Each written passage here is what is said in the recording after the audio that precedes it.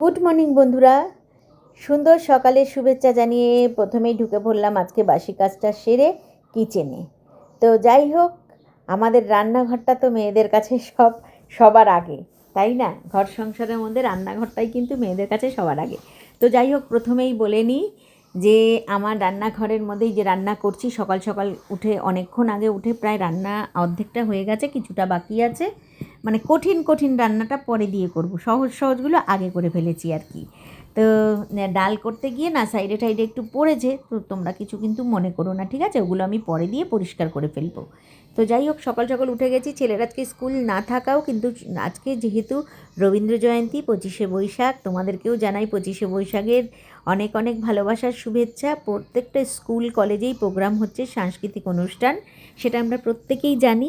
আর এই দেখো, এটা দিয়ে কিন্তু আজকে ছেলেকে টিফিন দিয়েছি। মাশরুম আর ওই সয়াবিনের একটা তরকারি করেছিলাম, আর বাকি আমি ডাল করে ফেলেছি, আলু ভাজা হয়ে গেছে। আর এদিকে দেখো আমি পরোটাও করে ফেলেছি, ময়দা মেখে রেখেছি, তোমরা দেখতেই পারলে। আর ফটাফট তো করে নিতে হবে, তো কথা কথা বলতে বলতে কিন্তু আমি এগুলো করে ফেলছি, ঠিক আছে? তো ছেলের আজকে স্কুল হবে না, কিন্তু টিফিন নেওয়ার জন্য কিছুটা দিতে হয়েছে, তো ওটাই তরকারিটা করেছিলাম সকালে টিফিনের জন্য। আর আমাদের সকলের জন্য করেছি রুটি, এই মানে মোছা পরোটা, সরি রুটি না, মোছা পরোটা আর আলু ভাজা, আর সাথে আছে দুধ চা, ঠিক আছে? আর বাবাকে দিয়েছি, বাবা আলু ভাজা খাবে না, বাবার সুগার আছে, তো বাবাকে দিয়ে দিয়েছি টক দই আর মুগ ডাল করে ফেলেছি। আজকে যেহেতু শনিবার, সবটাই নিরামিষ, তো ডালটা করেছি, গরম গরম ডাল করে ফেললাম। তো ভাবলাম যে বাবাকে একটু ডাল দিয়ে দিই আর একটু টক দই, তো এই দুটো দিয়েই কিন্তু আমি বাবাকে মোছা পরোটাটা দিয়েছি, যদিও বাবা একটাই পরোটা খেয়েছেন।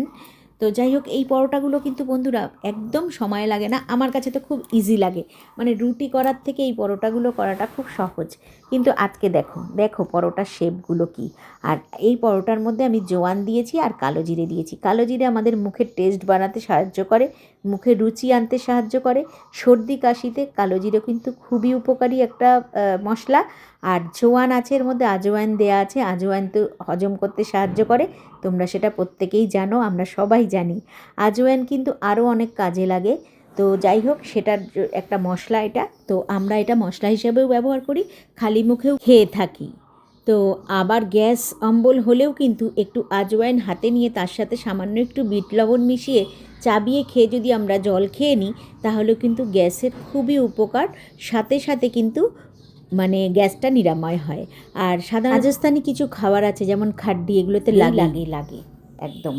তো যাই হোক, সেটা দিয়েই করেছি পরোটাটা, একটু অন্যরকম করে করলাম। আর সাথে আলু ভাজা করেছি, আর সাথে আছে গরম গরম চা।